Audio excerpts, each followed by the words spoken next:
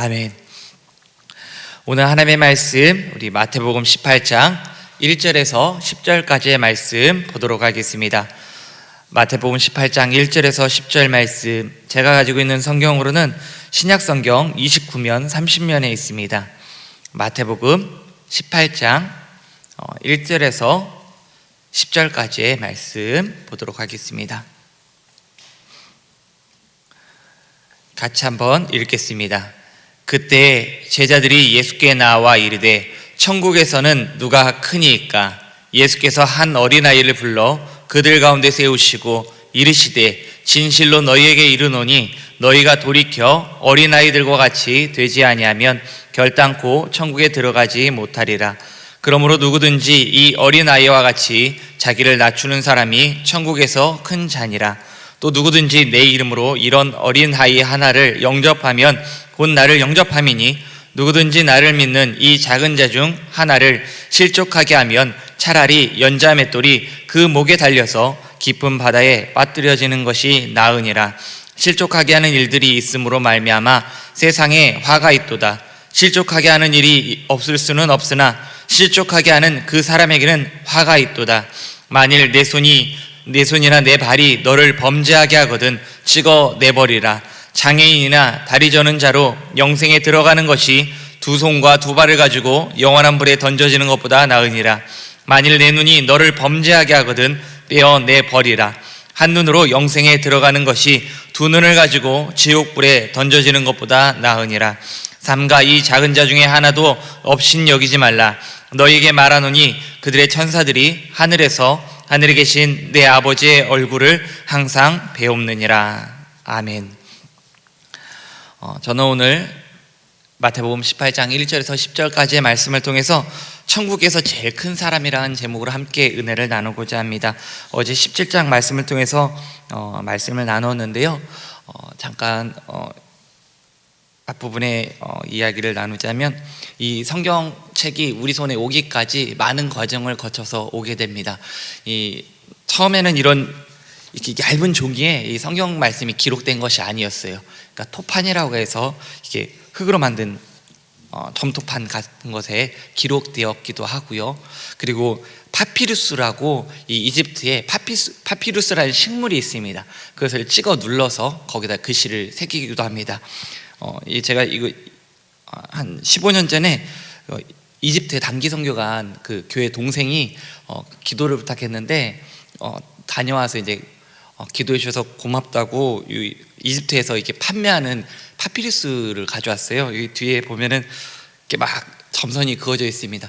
궁금하신 분은 오시면 제가 보여드릴게요. 그래서 이게 보면은 이런 이 나뭇잎을 눌러가지고 거기에 말씀을 기록해서 이렇게 전달됐습니다. 그리고 이어서 양피지, 그러니까 양의 가죽에다가 말씀을 기록하기도 하고요. 나중에 이제 종이가 발달되면서 이렇게 둘둘 마른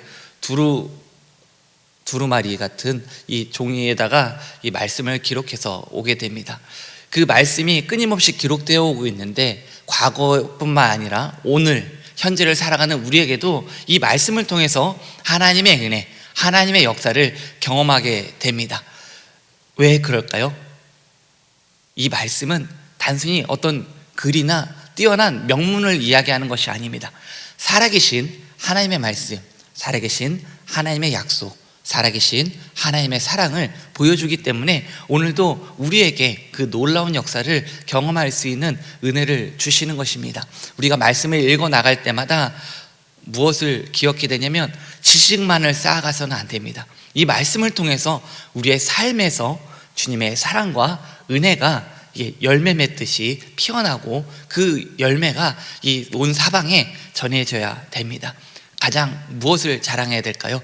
말씀을 많이 읽는 것도 정말 중요하지만 더 중요한 것은 그 말씀을 통해서 주님의 사랑을 알고 주님의 사랑을 전하고 주님을 더욱 닮아가는 우리가 되어야 될 줄 믿습니다. 오늘 그 말씀의 연장선상에서 오늘 말씀을 나누고자 합니다. 오늘 본문 1절에 보면 그때라고 시작하는 것을 보게 됩니다. 그때라고 시작하는 것은 분명히 이 이전에 어떤 사건이 있었고 그 사건과 연결되어 있음을 우리가 추측할 수가 있는데요. 이전 본문인 마태복음 17장에는 어떤 사건이 나옵니까? 크게 두 가지 사건을 볼 수가 있습니다. 하나는 변화산 사건, 예수님이 산에 올라가서 이 흰 옷을 입은 영광스러운 광채로 변화되는 모습을 나타내는 사건이 있고요. 그리고 17장 제일 마지막 절에 보면 성전세에 관련된 말씀이 있습니다. 어떤 사람이 예수님은 왜 성전세를 내지 않냐고 이야기할 때 베드로가 이제 예수님께 이야기했고, 예수님은 물고기를 통해서 그 성전세를 내게끔 하시는 것을 보게 됩니다. 그때 예수님이 하셨던 이야기는 세상에, 그러니까 예수님이 왕이시기 때문에 세금 낼 필요가 없다는 것입니다. 하나님의 백성들은 이게 하나님의 왕의 자녀들이기 때문에 이 세금과는 상관이 없다, 이제 그런 이야기를 하시는데, 이 17장과 이 17장 변화산 사건과 그리고 이 성전세 사건을 통해서 제자들에게 이제 사이에서 의견이 분분하게 되는 것을 보게 됩니다. 왜냐하면 변화산에는 3명의 제자만 따라갔거든요. 베드로와 야고보, 요한만 따라가다 보니 그 안에서 여러 가지 이야기들이 오가는 것을 보게 됩니다. 그러니까 제자들 간에 어떤 서열 의식이나 어떤 비교 의식이 싹텄던 것을 보게 되는데요. 대표적으로 베드로는 어떤 사람이었습니까? 이 앞장에 보면은 예수님을 믿음으로 고백합니다. 주는 그리스도시요 살아계신 하나님의 아들입니다, 이런 믿음의 고백도 했고요. 또 실패는 했지만 무리도 잠깐 걸어보는 그런 경험을 했던 사람이었습니다. 그러니 얼마나 그 제자들 간에 어떤 비교나 이런 서열, 그리고 누가 큰 자인가, 이런 갈등이 오고 가는 것을 보게 됩니다.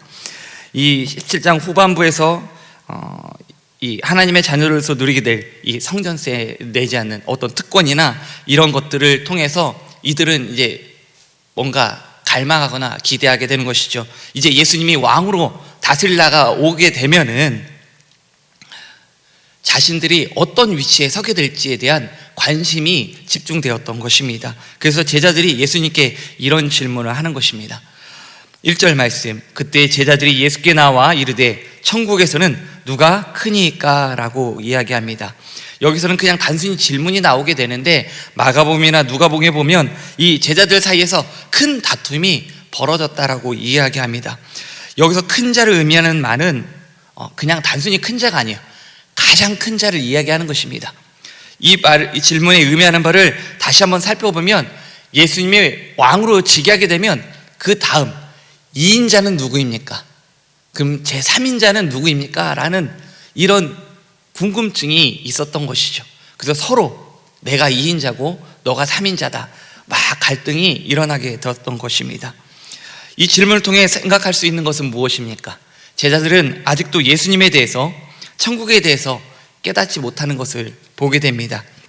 예수님은 17장에서 예수님께서 죽으실 것과 또한 부활하실 것들을 이야기하고 있는데, 제자들은 오히려 다투면서 자신의 자리를 놓고 논쟁하는 것을 보게 됩니다. 이런 상황 가운데 예수님은 어떻게 하십니까? 3절에서 4절 말씀 같이 한번 읽겠습니다.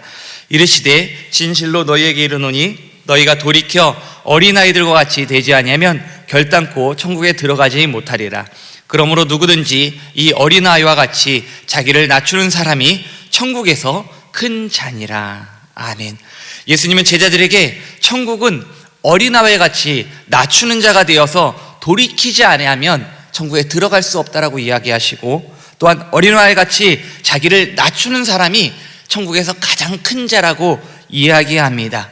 왜 이 어린아이를 예수님이 예를 들어서 이야기하시는 것일까요? 당시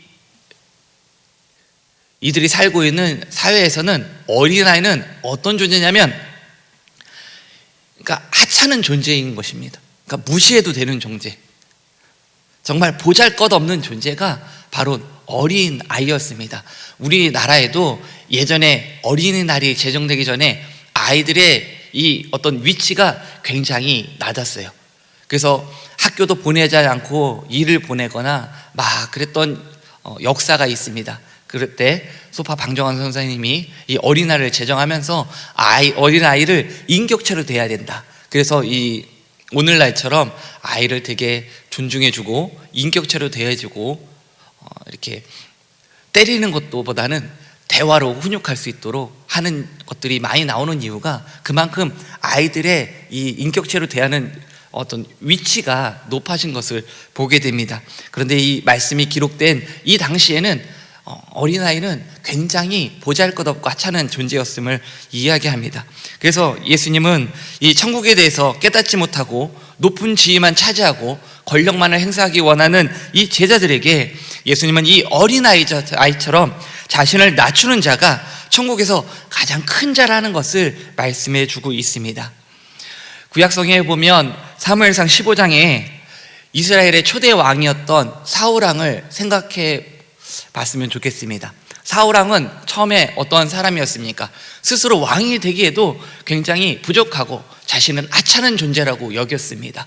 그래서 사람들 앞에 나서는 것도 굉장히 부끄러워했던 사람이었죠. 그러나 그가 점점 이 전쟁에서 승승장구하고 사람들에게 이목과 관심이 쏠리고 인기가 몰려지기 시작하자 그가 어떻게 변해가기 시작합니까? 자신의 기념비를 세우기도 하고요, 하나님의 말씀이 주어졌는데도 불구하고 자신의 입맛대로 자신의 생각에 옳은 대로 하나님의 말씀에 온전히 순종하지 못하는 결과를 맞이하는 것을 보게 됩니다. 아말렉을 진멸하라고 했지만 진멸하지 않고 그는 자신의 입맛대로 이것은 쓸만한 재물이니까 놔둬야 되겠다라고 생각하고서 온전히 순종하지 못한 결과 그는 어떤 결과를 맞이하게 됩니까? 하나님께 버림받는 결과를 맞이하게 됩니다. 사무엘 선지자가 온전히 순종하지 못한 사울왕에게 이렇게 말씀합니다. 사무엘상 15장 16절에서 17절 그리고 23절 말씀에 이렇게 나옵니다. 사무엘이 사울에게 이르되 가만히 계시옵소서. 간밤에 야훼께서 내게 이르신 것을 왕에게 말하리이다 하니 그가 이르되 말씀하소서. 사무엘이 이르되 왕이 스스로 작게 여길 그때 이스라엘 지파의 머리가 되지 아니하셨나이까? 야훼께서 왕에게 기름을 부어 이스라엘 왕을 삼으시고 23절 말씀 이는 거역하는 것은 점치는 죄와 같고 완고한 것은 사신 우상에게 절하는 죄와 같음이라. 왕이 야훼의 말씀을 버렸으므로 야훼께서도 왕을 버려 왕이 되지 못하게 하셨나이다 하니 라고 말씀하고 있습니다. 사울왕은 이로 말미암아 하나님께 왕으로서 버림받는 결과를 맞이하게 되는 것을 보게 됩니다. 우리의 인생의 삶 속에 나의 삶의 주인은 누구십니까? 혹시 주님보다는 내가 그 중심에 있지는 않으십니까? 주님보다는 내가 더 크게 생각하고 있지는 않으십니까? 내 삶에서 주님의 위치보다 나를 더 높이고 있지는 않습니까? 아니면 어린아이처럼 나를 낮추고 주님을 높이는 삶을 살아가고 있습니까? 오늘 이 시간 이 사울왕과 어린아이와 같은 낮추는 자의 모습을 통해서 나의 삶의 모습은 어떠한지 우리가 한번 점검해 보길 원합니다. 주님께서 말씀하신 것처럼 천국에서 가장 큰 자는 자기를 낮추고 겸손히 주님 앞에 나아가는 사람, 바로 그 사람이 가장 큰 자라고 말씀하고 있습니다. 두 번째로 영접과 실족에 대해서 나누기 원합니다. 5절에서 6절 말씀 한번 읽겠습니다. 또 누구든지 내 이름으로 이런 어린아이 하나를 영접하면 곧 나를 영접함이니 누구든지 나를 믿는 이 작은 자 중 하나를 실족하게 하면 차라리 연자맷돌이 그 목에 달려서 깊은 바다에 빠뜨려지는 것이 나으니라. 아멘. 예수님은 서로에 대해서 제자들 스스로 서로 간에 서로 막 높아지고자 하는 제자들에게 스스로를 낮추는 자가 되라고 말씀하시면서 서로 존중하는 모습을 가질 것을 이야기합니다. 어린아이 하나를 영접하면 곧 예수님을 영접하는 것과 같다고 말씀하십니다. 영접이라는 말은 무슨 뜻입니까? 그러니까 우호적인 마음으로 손님을 맞아 기쁘게 대접하는 것을 영접이라고 이야기합니다. 그러니까 어린아이 같이 정말 천한 사람, 부족해 보이는 사람, 연약한 사람을 예수님 영접하듯이 영접하고 기쁘게 대하라는 것입니다. 이 어린아이는 공동체 안에서 가장 잦은 자, 낮아 보이는 자를 가리키는 표현으로도 볼 수가 있습니다. 주님의 이름으로 모인 이 공동체 안에, 주님의 공동체 안에 누군가를 무시하거나 멸시하거나 내가 스스로 높아지고자 상대방을 끌어누르거나 낮춘다면 이것은 이 공동체가 깨어지는 결과를 맞이하게 됩니다. 이게 서로 간에 하나가 되지 못하는 것이죠. 그것은 어떤 결과를 맞이하게 됩니까? 공동체에 금이 가게 되고요, 공동체가 와해되기도 하고요, 또한 이 실족당하는 자나 실족시키는 자나 하나님께 범죄하는 결과를 맞이하게 되는 것을 보게 됩니다. 여기서 실족이라는 원어는 무엇이냐면 걸려 넘어지게 하는 돌을 이야기합니다. 그러니까 걸림돌인 것이죠. 내가 말로나 어떤 행동으로나 상대방을 걸려서 넘어뜨리게 하는 것, 바로 그것이 실족이라고 이야기합니다. 그래서 예수님은 어린아이 같은 자를 실족하게 하는 자는 연자맷돌을 목에 달고 깊은 바다에 던져지는 것 같다라고 이야기합니다. 여기서 연자맷돌은 무엇이냐면 우리가 옛날에 이렇게 그냥 주방에서 콩 갈고 알던 그런 맷돌을 이야기하는 것이 아니에요. 소나 나귀에다가 이렇게 멍에를 걸치고서 돌리는 큰 맷돌, 그 연자맷돌을 이야기하는 것입니다. 근데 이 죄를 범한 사람은 어떤 결과를 맞이한다고 이야기합니까? 연자맷돌, 그 큰 연자맷돌을 메고 바다에 깊은 바다에 던져지는 것 같다라고 이야기하는데, 이 연자맷돌을 목에 걸고 바닷속에 들어가면 어떻게 되겠습니까? 빠져나올 수가 없는 것이죠. 이게 죽음을 피할 수 없는 것입니다. 이것은 로마 시대에 있었던 처형 방법 중에 하나로 시신조차, 그러니까 그 시체조차 수습하지 못할 정도로 가장 악독한 형벌 중에 하나였음을 이야기합니다.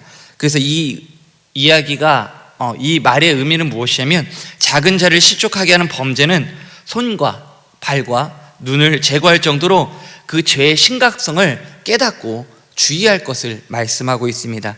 여기 말씀해 보면 범죄한 손이나 발이나 눈을 찍어내버리거나 빼어버리는 말은 실제로 자르거나 눈을 뽑으라는 얘기가 아니에요.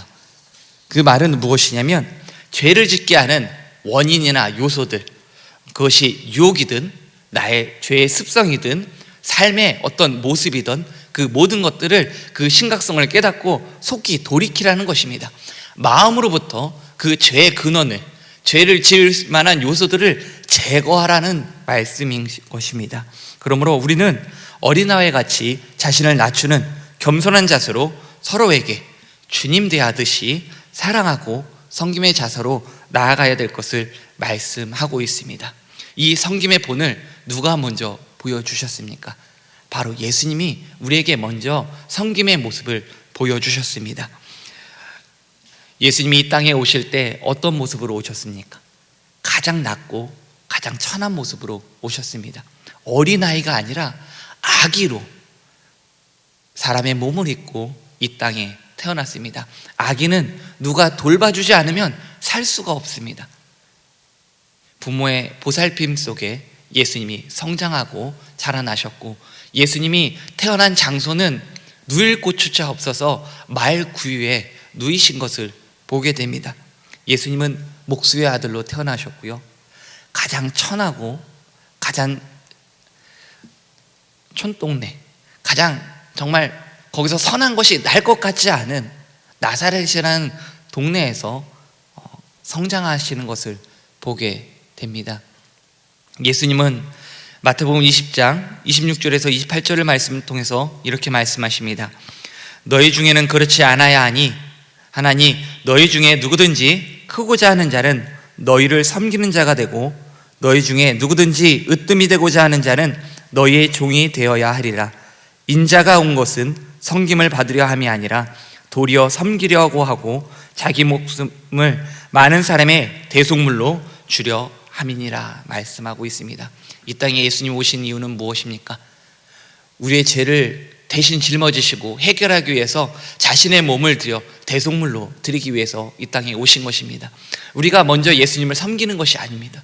예수님이 우리를 먼저 섬겨주셨기 때문에 우리가 그 섬김을 통하여서 예수님께서 자신의 몸을 들여 섬김을 통해 대속물로 삼아주셔서 그 십자가에서 자신의 몸을 내어드려 우리를 구원하여 주시고 죄 용서하여 주시고 생명을 주심으로 말미암아 그 예수님을 본받고자 우리 또한 예수님의 모습으로 섬겨야 될 것을 말씀하고 있습니다. 우리는 예수님의 모습처럼 낮아지는 모습으로, 겸손한 모습으로 서로를 섬기고 나아가야 될 줄 믿습니다. 세상의 이치와 가치관은 무엇입니까? 끊임없이 높아지라고 합니다. 수단과 방법을 가리지 말고 높아지는 자가 최고이고 과정이 중요한 것이 아니라 결과만 중요하다라고 이야기합니다. 그래서 우리는 세상에서 수많은 선택을 해야 되는 순간들이 있습니다. 매일매일 수많은 선택을 하게 되는 것이죠. 세상의 가치관대로 나를 높이며 높은 위치를 차지하려고 노력해야 될 것인가? 아니면 예수님처럼 겸손하고 낮은 자의 모습으로 나아가야 될 것인가? 우리는 끊임없이 많은 선택 속에서 고민하고 갈등합니다. 이 선택이 때로는 굉장히 어렵게 여겨질 때가 있습니다. 그러나 그때 이 질문을 다시 한번 떠올려 보기 원합니다. 정말 하나님이 기뻐하시는 것이 무엇인가? 이 질문을 생각해 볼 때 오히려 우리의 선택이 더 쉬워질 수 있습니다. 오늘 주님이 기뻐하시는 것은 무엇입니까? 오늘 이 시간 나에게 가장 가까운 그곳에 작은 자는 누구입니까? 내가 섬겨야 할 대상은 누구입니까? 그것이 가족일 수 있고요, 또한 자녀일 수 있고요, 우리의 지구역 식구일 수 있고요, 이 교회에 또 어느 누군가의 성도일 수도 있습니다. 우리가 서로 섬기고 사랑하며 존중하며 나아가는, 또한 주님을 더욱 닮아가는 우리가 되기를 소망합니다. 기도드리겠습니다.